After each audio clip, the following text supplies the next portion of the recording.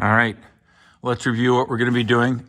We've got the transmission jack brace, whatever you want to call it, resting on the end of the transmission. We're going to be taking, these are M12, I think they're called 666 bolts, 666, or triple square, or 6 triple square. I don't remember exactly. There's 4 of them. Then we release these 13 millimeter nuts here. We've already started to loosen the connection here. That's a 10 millimeter bolt coming onto this plastic piece, which connects with this brace, transmission brace. We're going to do that today, and we'll see where we get. Now, I did discover something that I'm a bit of a goofball. I'm going to show you why I'm a goofball. I did a lot of research on the stuff I'm supposed to use. And I kept thinking that FCP Euro had sent me the wrong transfer case fluid. Sorry for being such a goofball with this thing, but I got to cut it open.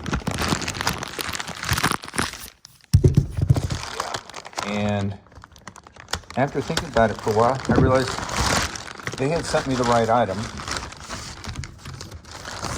And given that I have a 2017 A8 D4 CREC, that this is the correct fluid for the transfer case.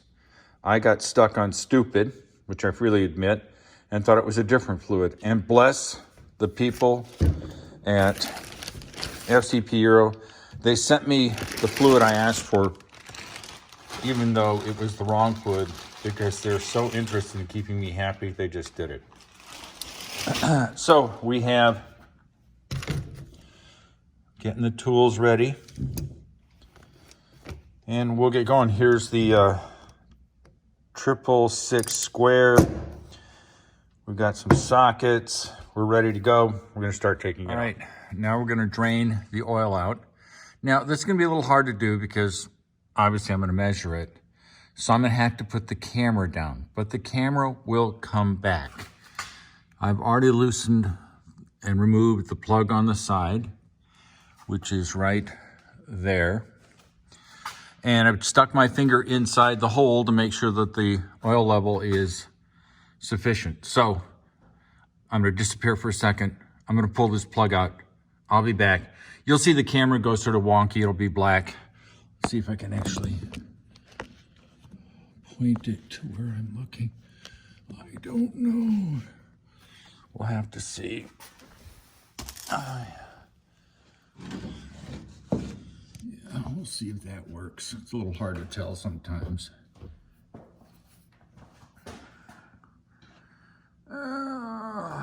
That looks pretty good.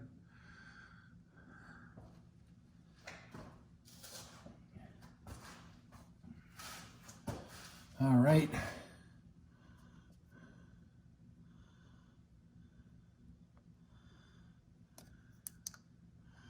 Yeah, I don't see any washer. That's good. Ooh, that's dark. It's a dark one. So the car has been sitting for 24 hours. It's not hot. I don't like working on hot cars. I mean, I like cars that are fast and all that stuff, but the idea of working on a car that's warm, doesn't appeal to me. So fluid looks fine. Draining it. And our hope is that we'll be able to measure it. It's supposed to take about a liter, is what I've been told. And let's see what we're at. In terms of measurements, 16 ounces, that's 30 times that's 300, about 420. Oh, we're getting a little slow there. So this is the transfer case fluid. I'm gonna slowly just put this Pyrex cup. It's always my favorite idea to try to measure. And I may just let it sit here for 5 minutes and see what kind of drain I get. Looks reasonably thin, sort of like ATF. It's definitely not 75W40, I mean 90, because that stuff would move like molasses. Now, does it look perfectly clean? Not really. Did I expect it to look perfectly clean? Not really. Am I doing this now probably earlier than it needs to be done? Sure. But like I always say, it's easier to change the oil before it needs to be done than it is to change it after it should have been changed. I know a lot of people practice that philosophy. It doesn't make any sense to me. Why let something as expensive as this transfer case get compromised by trying to save $10 on fluid? Never has made any sense to me. I'm sure if I sent this off for oil analysis, it would come back wonderful, glorious, and all other stuff. So I'm going to stop this, and then we'll just continue to let it drain. All right, we drained the transfer case fluid out of a 2017 Audi A8 D4. And you can see between 24 and 32, so that's 28 ounces. 28 ounces times 30 cc's per ounce is about 840 cc's. The bottle that you use for the transfer case has a liter, so one bottle should be more than enough. The drain plug is 105 inch-pounds. We have our mini torque wrench, which will go down there. The plug has been screwed in. We're going to torque it.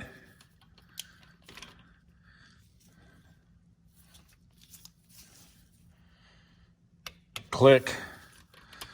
Put it at about 105 inch-pounds. Realize these are aluminum cases. You don't want to over torque this thing or you'll split the case. And then you'll sort of feel like you've learned something, an expensive learned something. So it's going to take me 2 hands to put this fluid using this pump into this fill hole. And the fill hole is, man, I got a lot of stuff in the way. See the drain plug? There's the fill hole right there. So I can't record it. Who cares? You've seen fluid pumped. Talk to you later. This is the fluid drained out of the transfer case. This is the new fluid being put in. Old fluid, 30-some thousand miles in it. Brand new fluid. So clearly there is some stuff, debris, wear in the old fluid, and that's the new fluid. So life goes on. I am filling the transfer case. And apparently it has this routine which requires you to fill it and then wait 5 minutes because apparently the fluid likes to sink down into some other chambers. I don't know if that's true or not, but I'm not in a hurry. So I'm gonna fill it, wait 5 or 10 minutes, fill it again, check the level, tighten it back up, and we'll go from there. Then we'll do the brace here for that covers up the transmission case. This is the brace we're going to take off next. Let's get some distance here. This brace will come off, and then I'll do the transmission. And then we'll be done on the underside. Then we can talk about doing some wool wax on it, which will be fun. All right, I think this is a helpful observation for people trying to do the transfer case on this car, this Audi A8 D4. And realize it's a 2017. It is different than the earlier ones in terms of how you do it. But what is interesting is that I'm glad I measured the amount of fluid that came out. Realize 840 cc's came out. And I'm putting in this fluid, and I suddenly realized it's starting to drain back at 600 cc's. And I thought a difference of 840 versus 600, I can't look past that. If it had been a difference of 20 or 30, I would have said, hey, whatever. But like I said earlier, you're supposed to wait 5 minutes to let the fluid settle into apparently a lot of cavities on the underside of this transfer case in this year. And what I did is I did that, and it still wouldn't fill. So I went to the trouble of modifying the fill. I cut off the plastic piece that was on the front of this and just shoved it in as far as I could go. And lo and behold, I put another 250 cc's of fluid in here. Now you can see it's still dripping out, and I'm not in a hurry. That's the beauty of doing your own work. You're never in a hurry, well, at least I'm not. And then I was able to get my finger all the way in and realize this is a very thick wall. This hole is pretty thick. It's at least 1 knuckle's worth from the little pinky. I was able to get my finger in and actually dip it down into the fluid finally when I got it completely full. I was not able to do that when I had 600 cc's. There was oil on the threads, which gave me the illusion that it was full, but in fact it wasn't. So just an advice, if you're doing this yourself, take your time, really think it through. Measure the fluid that's coming out of the transfer case, which I was lucky enough to do, and make sure that it agrees with what you're putting in. Because just to assume you fill it and it drains out, and bada boom, bada bing, you're done, I think that's unwise. At least it's been proven by my experience today. Take your time, do it right. Seriously expensive cars, you don't want to screw up. There's no advantage to be in a hurry because you'll end up ruining your transfer case. At least that's what I think. I think being short 240 cc's is a good formula for ruining your transfer case. So that's it.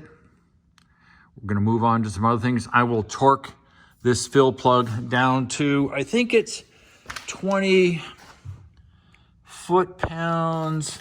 And once again, see, I write all this data down. And I write it down because the last thing you want to do is be faking it. And I remember, write down all the data, write down the fluids, figure out what's going on before you do it. Yes, the drain plug is 105 inch-pounds, which I've done.